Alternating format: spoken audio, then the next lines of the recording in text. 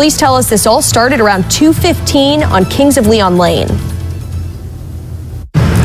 Officers were nearby and responded to that location. When one of the officers arrived, he saw a vehicle leaving and engaged those subjects. The officer discharged his firearm, and that vehicle fled the scene.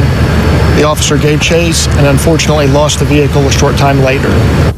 We've been getting details in all morning, and police say multiple cars were hit in the gunfire from suspects. The officer involved will be placed on administrative leave as typical. Right now, officers are looking into security camera footage from surrounding businesses. They also